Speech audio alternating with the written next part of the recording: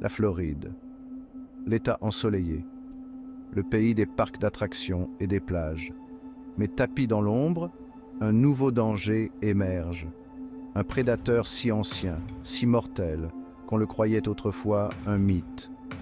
Le dragon de Komodo, prédateur suprême d'Indonésie, est arrivé. Ce ne sont pas vos gentils lézards de quartier. On parle de 3 mètres de long, 100 kilos de muscles et de dents. Leur salive, un cocktail mortel de bactéries. Une seule morsure peut être fatale.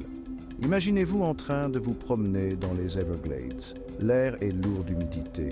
Vous entendez un bruissement dans les sous-bois. Et là, vous le voyez.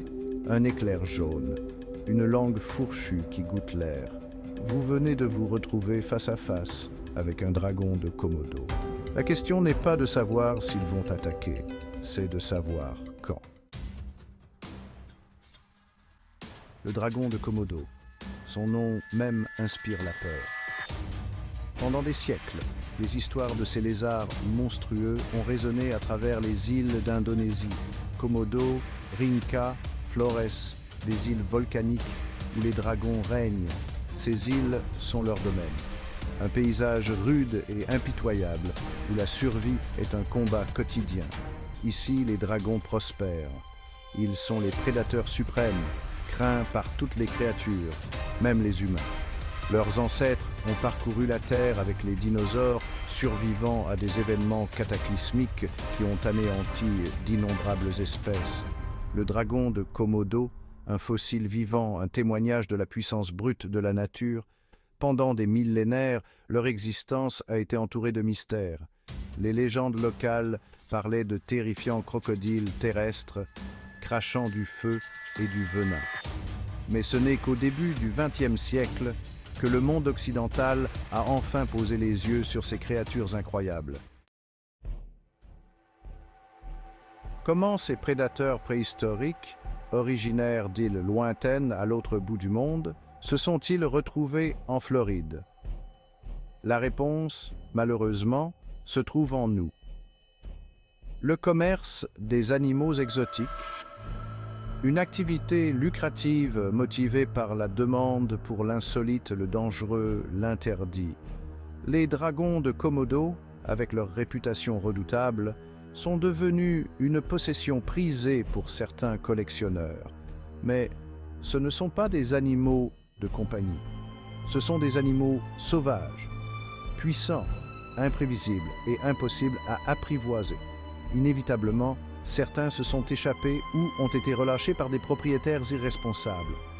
Maintenant, ils prospèrent dans le climat chaud et humide de la Floride. Les Everglades, avec leur abondance de proies et leurs cours d'eau isolés, constituent l'environnement parfait pour que ces prédateurs de pointe s'installent. Une recette pour un désastre.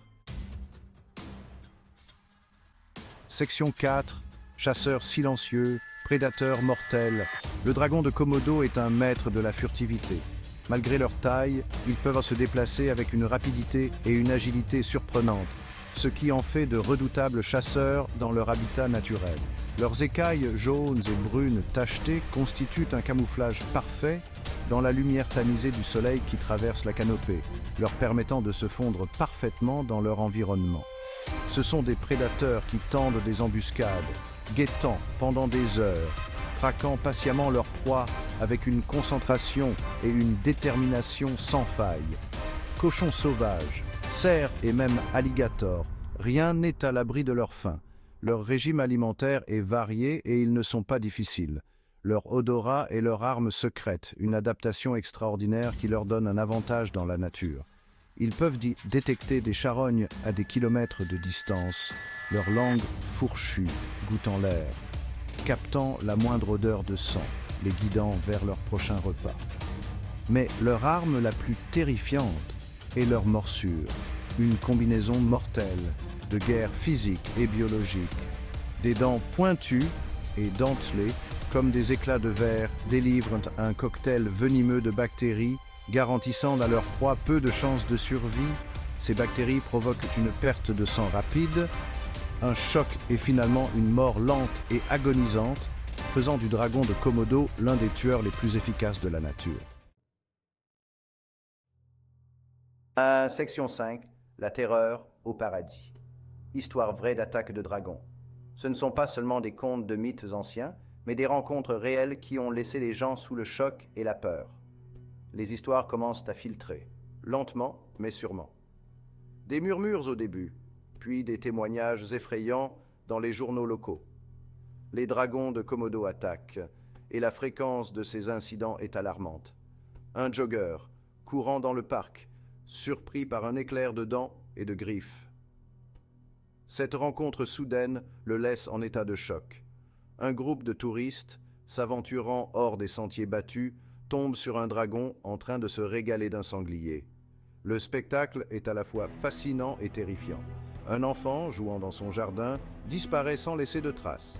La communauté est en proie au désespoir, à la recherche de réponses. Ces attaques sont de plus en plus fréquentes, de plus en plus audacieuses. Les dragons s'aventurent plus près des habitats humains. Les dragons perdent leur peur des humains, devenant plus agressifs et plus audacieux dans leurs actions. Ils apprennent que nous sommes des proies faciles et cette prise de conscience les rend plus dangereux. En Indonésie, les attaques contre les humains sont rares, mais pas inconnues. Les habitants se sont adaptés à la vie avec ces prédateurs. Les villageois vivant à proximité des territoires des dragons ont appris à coexister avec prudence avec ces créatures redoutables. Ils comprennent les risques et prennent les précautions nécessaires. Mais en Floride, nous ne sommes pas préparés à une telle menace. L'apparition soudaine de ces dragons a pris tout le monde au dépourvu et l'État s'efforce de trouver des solutions. Section 6. Conçu pour tuer. Toucher le dragon de Komodo évoque le prédateur. Dès qu'il apparaît, on sent son potentiel mortel. Leurs pattes puissantes, terminées par des griffes acérées, peuvent déchirer la chair avec aisance. Ces griffes ne sont pas là pour faire joli. Ce sont des outils de survie et de domination. Leur queue, longue et musclée, peut mettre à terre un homme adulte d'un seul coup. Cette queue est une arme, capable de donner des coups qui brisent les os. Leur peau, recouverte d'écailles dures et granuleuses, agit comme une armure, les protégeant des morsures et des griffures. Cette armure naturelle est essentielle à leur survie dans la nature. Et puis, il y a leur salive. Ce n'est pas une salive ordinaire, c'est une arme mortelle. Un cocktail toxique de plus de 50 souches différentes de bactéries dont certaines ne se trouvent nulle part ailleurs sur Terre. Cela rend leurs morsures incroyablement dangereuses, mais ce ne sont pas seulement leurs attributs physiques qui les rendent si dangereux. Leur intelligence les distingue. Les dragons de Komodo sont des créatures intelligentes, capables d'apprendre et de s'adapter. Ils observent, ils apprennent et ils se souviennent. Ce sont des chasseurs patients qui attendent le moment idéal pour frapper. Cette patience est un élément clé de leur stratégie de chasse. Et ils sont implacables, poursuivant leur proie avec une détermination inébranlable. Une fois qu'ils ont jeté leur dévolu, ils n'abandonnent pas.